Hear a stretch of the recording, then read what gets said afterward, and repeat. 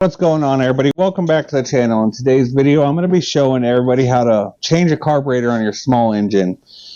And this is going to work for anything that's like a 5 horsepower or the Predator 212 or a Honda 160, 190, stuff like that. Pretty much 70% of all small engines will take the same exact Honda style carburetor.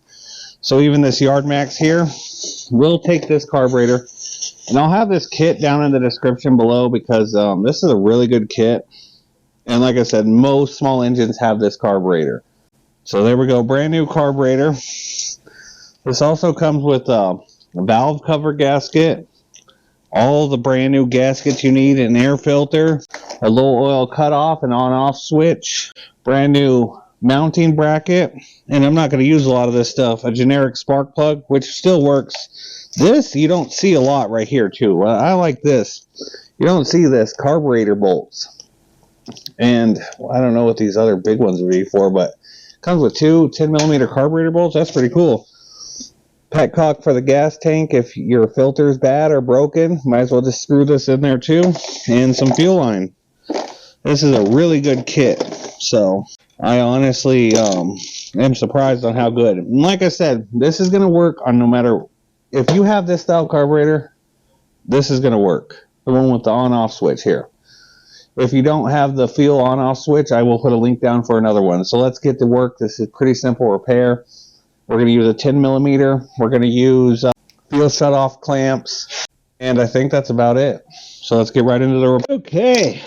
We're going to start off by taking off the air filter top, wing nut. And then this peels off. Now, if you're noticing, this is going to have a little bit different style filter, and the valve cover gasket will not work on this Yard machine here. But the carburetor is the same, and that's all we cared about with this kit. The other stuff's bonus, especially if you're running a shop.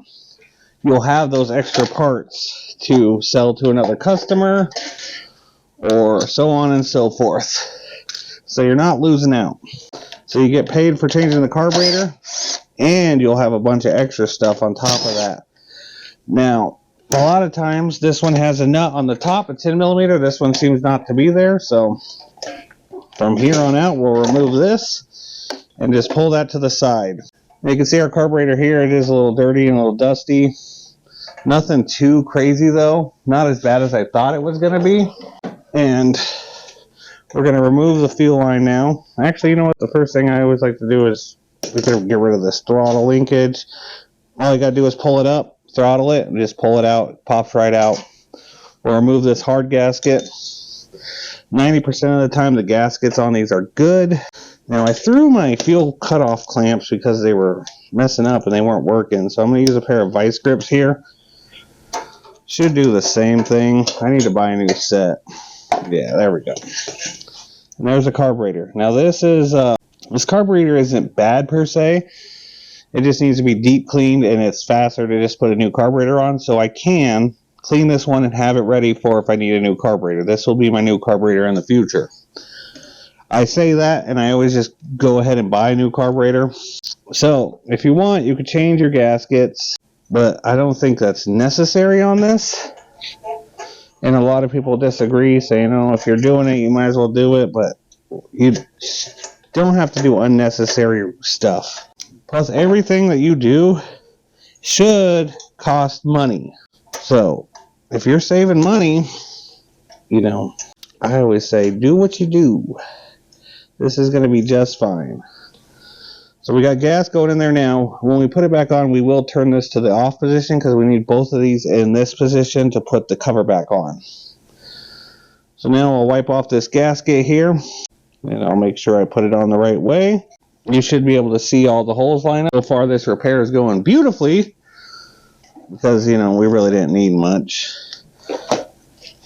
Oh, what's next? So, yeah, now we're going to put it all back together. We're pretty much done. Pretty simple. Like I said, this repair is going to be the exact same on most all, like 5 to 6 horsepower small engines you're working on. Especially if they have that Honda style carburetor, which I would say most of the time every machine does. Even like Champion generators and smaller generators all have that style of carburetor. So you're going to have no problem getting a repair done on whatever you're working on.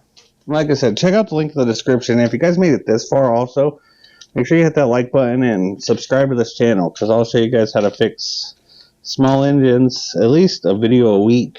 I try to do 2 or 3, but you know, sometimes I get lazy. We're putting the wing nuts back on.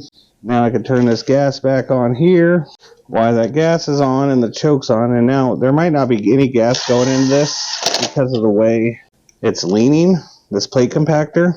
But that's pretty much the repair done. I'm going to put the parts up, and now I'm going to take it outside and let's see if it runs. To be honest, I'm never a fan of these plate compactors or concrete equipment. They're messy, loud, pain in the ass. So we got the gas on, choke's on. I'm going to give it a few minutes just to get in there, get it all going, and then we'll give her a run. Make sure the engine's onto the on position. I'm letting it warm up right now. It does not want to go full throttle right now.